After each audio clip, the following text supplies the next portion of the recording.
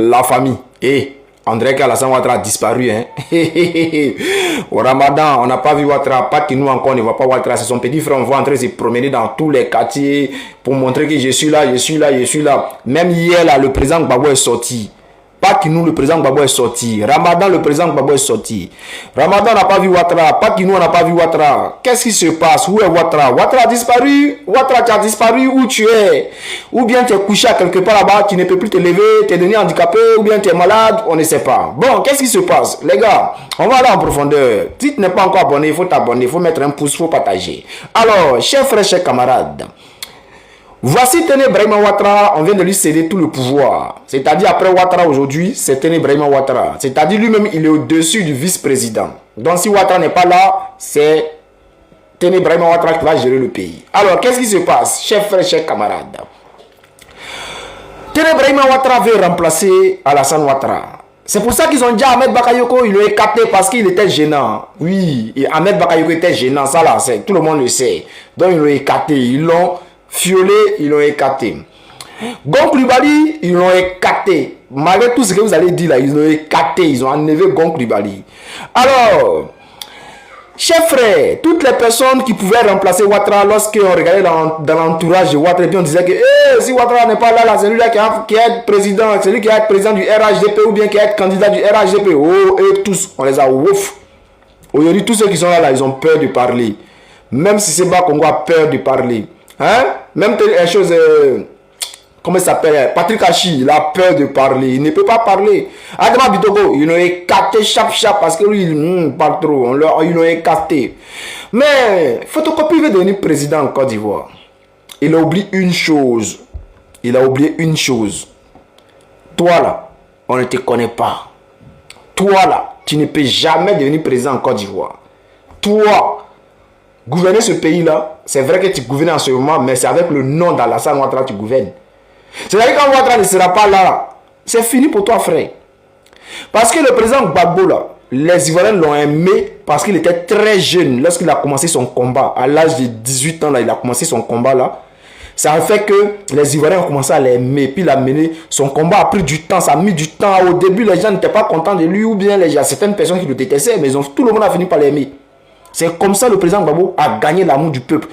Pendant combien d'années il a fait dans l'opposition? Mais Alassane Ouattara là, tu sais pourquoi les gens l'ont aimé?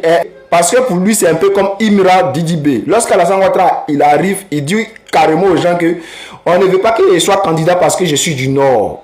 Si tu es nordiste là, ça va te choquer. Et puis c'est un gars qui vient d'arriver, d'après eux c'est un intellectuel, il a beaucoup d'argent, mais pourquoi?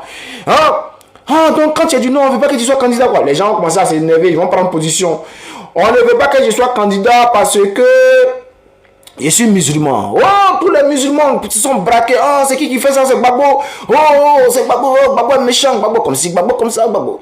Donc, toutes les personnes se sont énervées. C'est-à-dire, le Ouattara a divisé le pays. Les nordistes et les sudistes, les gars de l'Ouest et tout, et les musulmans contre les chrétiens. Voici comment Ouattara gagne l'amour de l'autre camp. Il divise le pays en deux. C'est comme ça les gens commencent. C'est-à-dire, Ouattara a fait ça pendant 20 ans dans l'opposition. Il a commencé sous Bédier, Gay Robert, tout cela. Hein? Afin de l'ivoirité, là, ils ont chargé ça. Oh, c'est à cause de Ouattara, c'est à cause de moi. On dit que c'est pas ivoirien. Hein? Ok, mon papa là, il est ivoirien, il est nordien. Les nordistes se sont énervés en même temps. Tout le monde s'est énervé. Oh, on ne veut pas que Ouattara soit candidat parce qu'il est du Nord. Donc, les gens se sont énervés un peu, ils ont commencé à aimer Ouattara. C'est comme ça, lui, il a conquéri ses fans. Hein.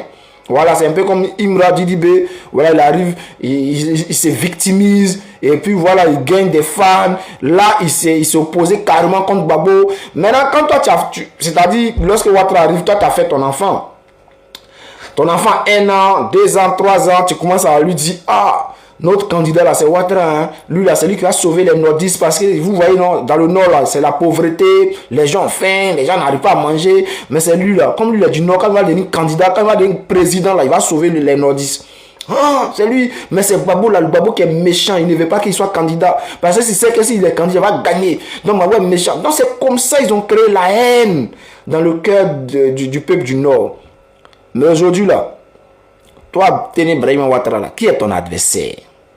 C'est-à-dire, où tu es là, il n'y a pas à faire de dire non, tu vas indexer quelqu'un pour dire non que lui là, c'est lui qui est méchant, il ne veut pas ça. Parce qu'encore une fois, on sait tous comment ça se passe. Tu vois? Donc tu es seul. Les Ouattara, c'est terminé. Ouattara est venu diviser le pays, non? Parce que quand Ouattara n'était pas là, le pays n'était pas comme ça. Hein. Les Ivoiriens, les étrangers, tout le monde était ensemble, tout le monde marchait ensemble. Quand Ouattara va partir là, c'est-à-dire quand lui est arrivé là, il a divisé les Ivoiriens, mais quand il va partir là, toi, Tenez Brahim Ouattara, l'amour des Ivoiriens que tu es en train de chercher, tu te promènes dans les parcs nous là, tu ne pourras pas gagner ça. Ivoirien hypocrite, on va te regarder, tu tournes, mais quand il sera l'heure, tu vas lire l'heure. Donc, chers frères, chers camarades, c'est pour vous dire quoi? C'est pour vous dire que aujourd'hui, le RHDP, ils ont écarté les Ahmed Bakayoko, ils ont écarté les Gon Coulibaly, ils ont écarté les Soro Guillaume, ils ont écarté beaucoup de personnes, les Bitogo, tout ça là pour placer Téné Brahim Ouattara. C'est-à-dire ceux qui ont eu la chance là, ils sont encore vivants. Et eux-mêmes là, les Adjoumani, les Sisseba Congo là, eux-mêmes ils savent. Mais moi, ce qui me fait mal là, comment vous pouvez laisser Téné Brahim Ouattara, un jeune Burkinabé qui a venu, devant vous les Ivoiriens, Sisseba Congo, les Adjoumani, les Patrick Achille là, vous êtes là et puis c'est lui là. Brahima de Sendou qui a venu vous. Bon, peut-être c'est le choix de la France, hein. C'est ce que la France a décidé. Mais la France même sait que lui, il ne pourra pas faire long feu. Parce que ça sera chap. On va gérer ça. Donc, les gars, c'est un peu ça. Sachez que on ne sait pas où se trouve Ouattara en ce moment. Et on n'a pas de nouvelles de Ouattara. Il doit être malade, couché à quelque part.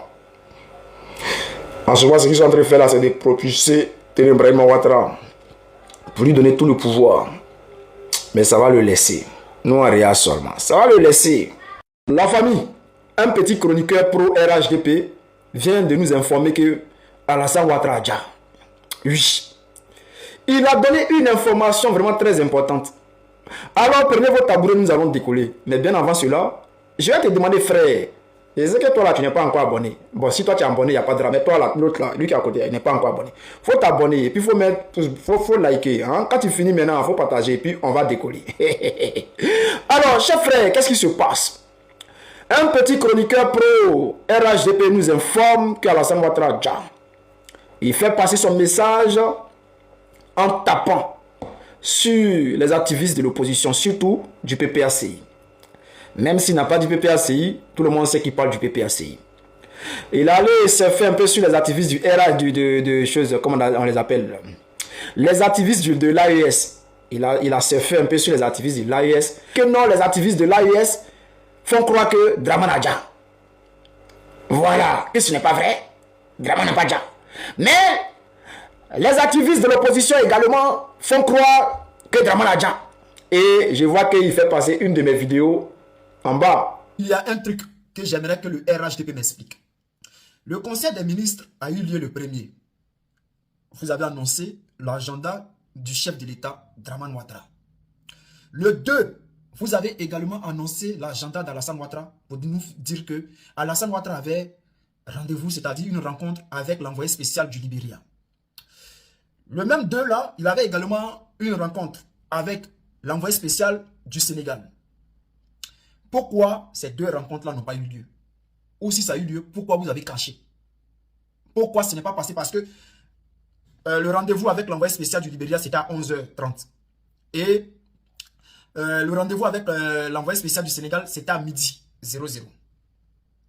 Donc, normalement, dans le journal de 13h, l'information devait passer et le compte rendu devait être publié sur sa page officielle, plus la page du gouvernement, la page de l'État, de Côte d'Ivoire, tout ça là. Toutes ces pages, je crois qu'il y a au moins 3 ou 4 pages où vous partagez à chaque fois les comptes rendus des rencontres. On n'a eu aucune photo, ou bien le Sénégal n'est pas considéré comme un pays. Le Libéria n'est pas considéré, donc on ne peut pas publier les photos d'Alassane Ouattara avec l'envoyé spécial du Libéria. D'habitude, vous publiez les photos. Quand les gars de l'Union européenne arrivent et tous les autres là, ils arrivent, vous publiez toujours les photos. Mais pourquoi les deux rendez-vous là, après le premier là, n'a pas été publié? Est-ce qu'après vos soi-disant conseil des ministres, Alassane Ouattara a rechuté? Qu'est-ce qui se passe? Allons en profondeur, famille. Même si, frère, Tu aurais pu couper ma vidéo. Mais tu as fait exprès pour mettre ma vidéo dans ta vidéo. Parce que tu sais très bien de quoi je parle. Dans toutes mes vidéos qui sont sur la toile, je n'ai jamais dit que Ouattara a Dja. La question reste toujours posée. Où est Alassane Ouattara? Est-ce que Alassane Ouattara a Dja? Voici les questions que je pose. Mais quand tu fais exprès pour dire que non, nous on a dit que Ouattara a Dja, déjà c'est un mensonge. Les vidéos même que tu prends de France 24 et tout là, ça là c'est des vidéos qui datent de 2025. Je crois même le procureur avait fait un petit discours dessus et tout. Mais frère, quand tu veux me faire croire aux Ivoiriens que nous on dit que Ouattara a Dja, quand tu tapes sur nous et puis après maintenant, tu viens nous donner une information qui est importante. Quand tu dis que si Ouattara a Dja, personne ne va savoir que Ouattara a Dja, et que ça va durer des mois, ça va durer peut-être même une année avant que les gens ne sachent que Ouattara a Dja. Mais frère, quand tu le dis là, c'est une information qui vient nous faire passer.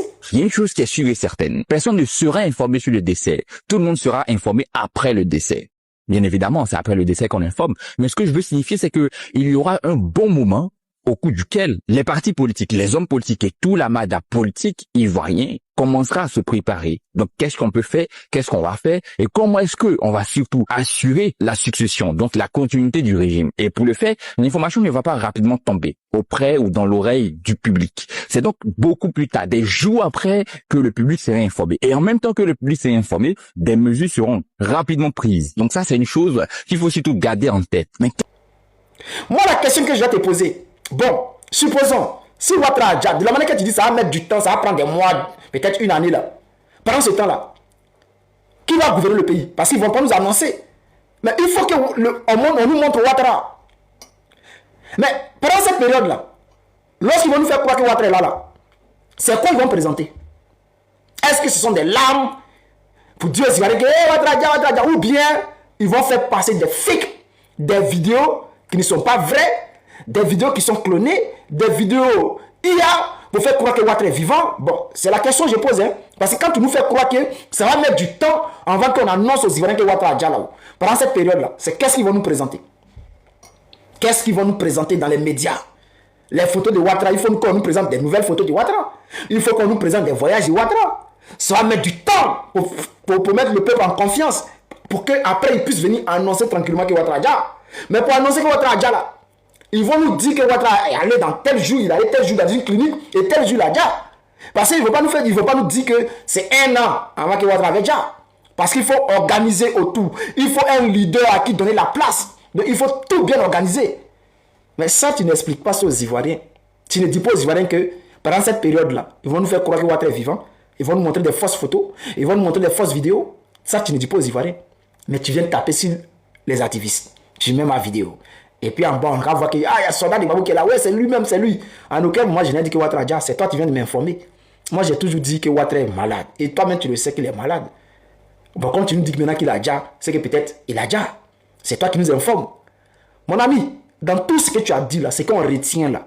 C'est que tu nous dis que si Ouattara a Dja là, ça va mettre du temps avant qu'on nous annonce que Ouattara a Dja. Que c'est même pas aujourd'hui qu'on va savoir que Ouattara a Dja. C'est même pas dans un mois. C'est pas dans 2 mois ni 3 mois. Ça va aller peut-être dans l'année. Avant qu'on nous annonce que Ouattara a Dja. C'est toi qui viens de nous informer. Alors, chers frères, chers Ivoiriens, c'est ce petit chroniqueur pro RHDP qui vient de nous informer. Moi, je suis là pour faire passer le message. Mais comme il veut marcher sur nous pour faire passer son message, j'accepte et puis mon cœur reste ouvert parce qu'il a fait passer un message très important. Donc, j'espère que vous avez saisi. Nous, on avance, on est devant.